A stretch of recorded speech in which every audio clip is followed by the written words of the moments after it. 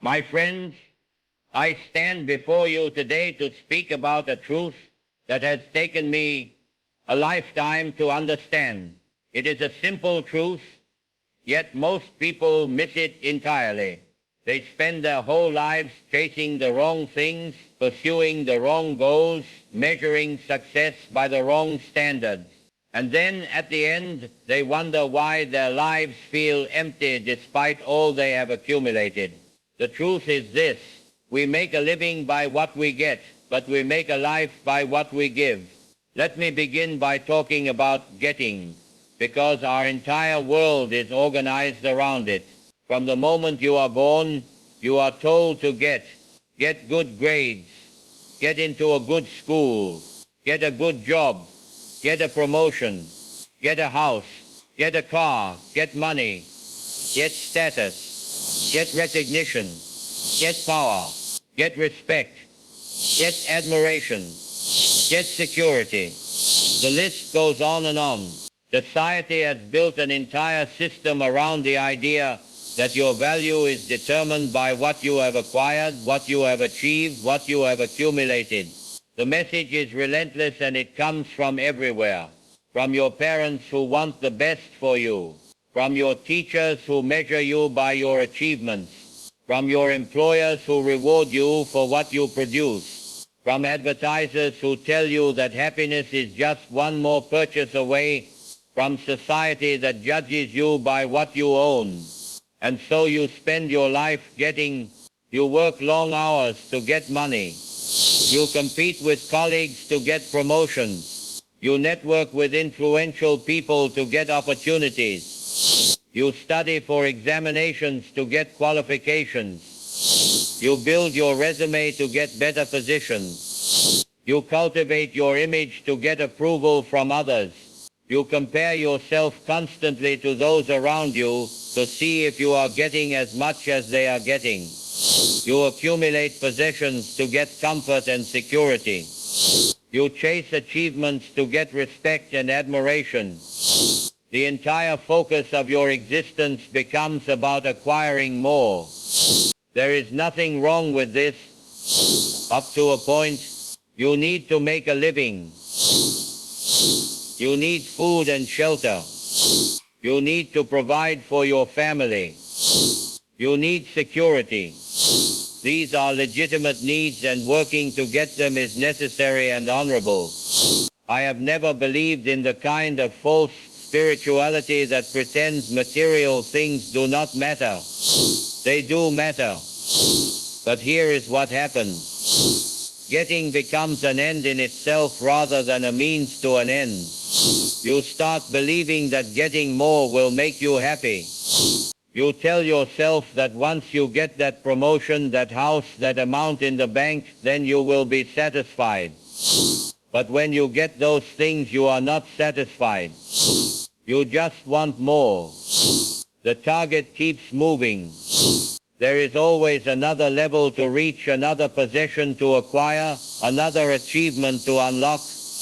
And so you spend your entire life getting, and you never stop to ask whether getting is actually making your life better. Let me tell you what I have observed in my many years. The people who focus entirely on getting are rarely happy.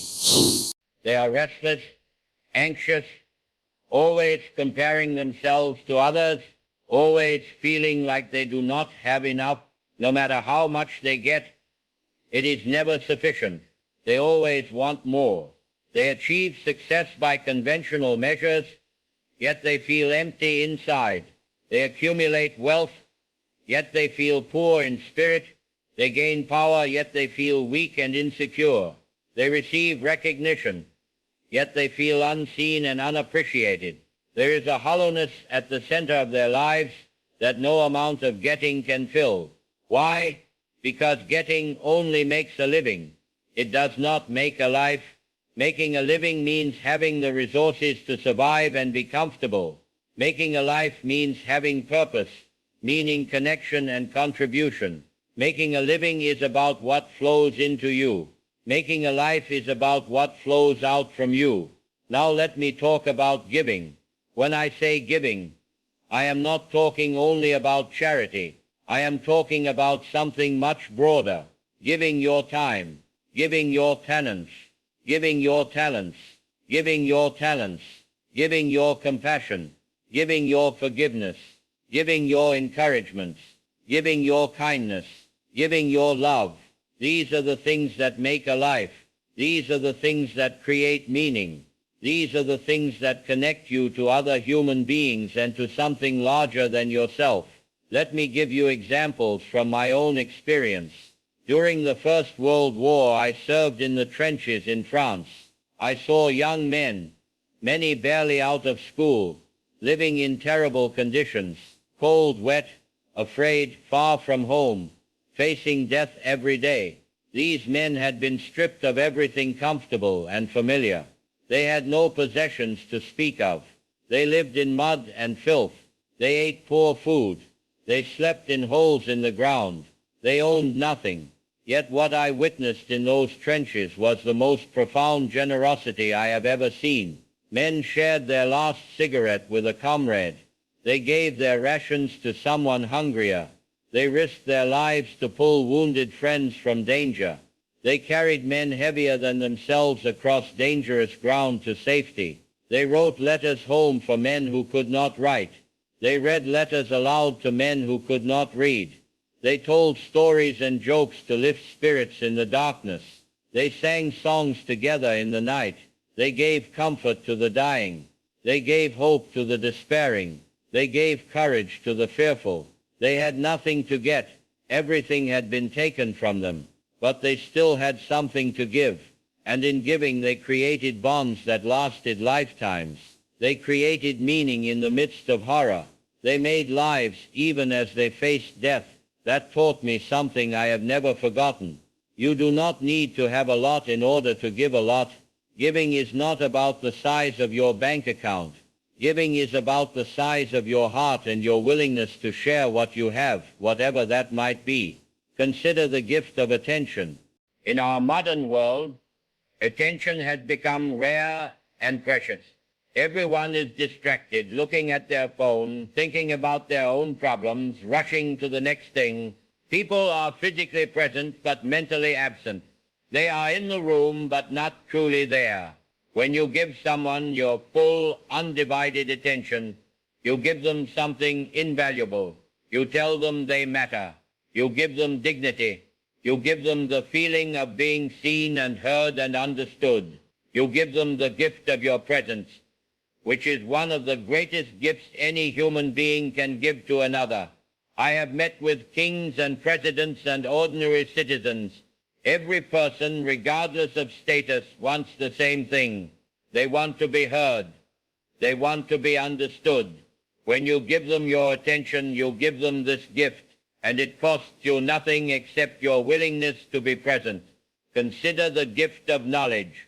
If you have learned something valuable, you can keep it to yourself or share it with others. When I was young, older politicians took time to mentor me. They shared their knowledge about governance and leadership. They warned me about mistakes to avoid. That gift shaped my entire career. Throughout my life, I have tried to do the same, to mentor younger people, to share what I have learned. This is important because knowledge grows when you share it. When you teach someone something, you do not lose that knowledge. But now someone else has it too. One gift multiplies into many. Consider the gift of encouragement. Words are free to produce, yet they can change someone's entire life. A word of encouragement to someone struggling can give them the strength to continue when they are ready to give up. A word of belief in someone who doubts themselves can unlock potential they never knew they had. A word of recognition to someone whose work goes unnoticed can validate their efforts and give them reason to keep going. I have seen this power throughout my life. During the darkest days of the war, when Britain stood alone against the might of Nazi Germany, when our cities were bombed every night, when invasion seemed imminent, when defeat seemed inevitable to many, I spoke to the nation. I gave them words. I told them we would fight on the beaches. I told them we would fight on the landing grounds. I told them we would fight in the fields and in the streets. I told them we would never surrender. Those words cost me nothing to speak, but they gave people something precious to hold on to. They gave people hope when hope seemed foolish. They gave people the will to continue when continuing seemed impossible. They gave people the belief that we could endure and prevail. Words are powerful gifts. Use them to build people up. Consider the gift of service. There is something transformative about doing something for someone else when you expect nothing in return. Helping a neighbor, volunteering in your community, mentoring a young person, caring for someone who is sick. Service connects you to others. It reminds you that you are part of something bigger. It gives you perspective. It makes your own problems seem smaller. It fills you with a sense of purpose that no amount of getting can provide. Now many people resist giving because they believe they do not have enough for themselves. They think, how can I give when I am barely getting by? How can I help others when I am struggling myself? How can I give time when I am so busy? How can I give money when I have debts to pay? How can I give energy when I am exhausted? How can I give attention when I am overwhelmed? I understand these concerns completely. They feel very real and very pressing, but I must tell you that they are based on a fundamental misunderstanding of how giving actually works. Giving is not something you do only when you have excess. Giving is something you do regardless of your circumstances. When you are focused only on getting, you operate from a mindset of scarcity. You feel like you never have enough. But when you give even a little, you operate from a mindset of abundance. You prove to yourself that you have something to offer. You shift from feeling poor to feeling rich regardless of your actual circumstances. During the war, I saw people who had almost nothing give what little they had. Elderly women gave their food rations to soldiers. Children gave their toys to other children whose homes had been bombed. These people were not wealthy. They were suffering themselves, but they gave anyway. And in giving they transcended their own suffering. They made their lives meaningful even in terrible circumstances. Here is another truth about giving. When you give, you receive far more than you give. When you give your time to help someone, you gain a friend, a connection, a sense of satisfaction. When you give your knowledge, you deepen your understanding. When you give encouragement, you feel encouraged. When you give love, you feel more love. Giving creates a positive cycle. The most generous people I have known are also the happiest people, not because they have the most, but because they give the most. Let me give you a historical example. Andrew Carnegie was one of the richest men in history. He made a fortune in steel, but Carnegie understood this principle. He said that a man who dies rich dies disgraced, so he gave away most of his fortune. He built thousands of libraries. He funded universities. When he died, he was remembered not for being rich, but for what he gave. His legacy is the libraries that still serve millions. That is making a life, not just making a living. Now I want to speak to those who are young, just beginning your careers. You may think giving is something to do later, after you have made your fortune. I urge you not to wait. Start giving now with whatever you have, because if you wait until you feel you have enough, you will wait forever. The appetite for getting grows with feeding. The only way to break free is to make giving a habit from the beginning. Build generosity into your life now. And here is something remarkable. When you focus on giving rather than only on getting, you often end up getting more anyway. Not because giving is a strategy, but because giving makes you the kind of person others want to help and support. But more importantly, giving creates a life you will be proud of. When you are old, you will not think about the money you made or the things you bought. You will think about the people you helped, the lives you touched, the difference you made. Let me also address those in positions of leadership. Leadership is not about what you get from your position. It is about what you give through it. The leader who treats leadership as an opportunity to get power and privilege will fail.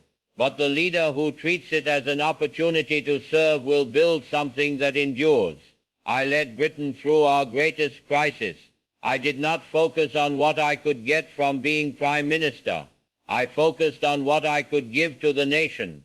I gave my time, my energy, my determination. And what did I receive? The privilege of serving my country when it needed me most. The honor of leading a great people through a great struggle. A life of meaning and purpose. So let me ask you to examine your own life. Are you focused on getting or giving? Are you building a living or a life? Be honest with yourself. If you are focused mainly on getting, you may be successful by the world's standards, but you will not be fulfilled, because the part of you that needs to give, to contribute, to serve cannot be satisfied by getting. My challenge to you is simple. Starting now, look for ways to give. Give your attention to someone who needs to be heard. Give your time to a cause that matters. Give your knowledge to someone who wants to learn. Give your encouragement to someone struggling. Give your kindness.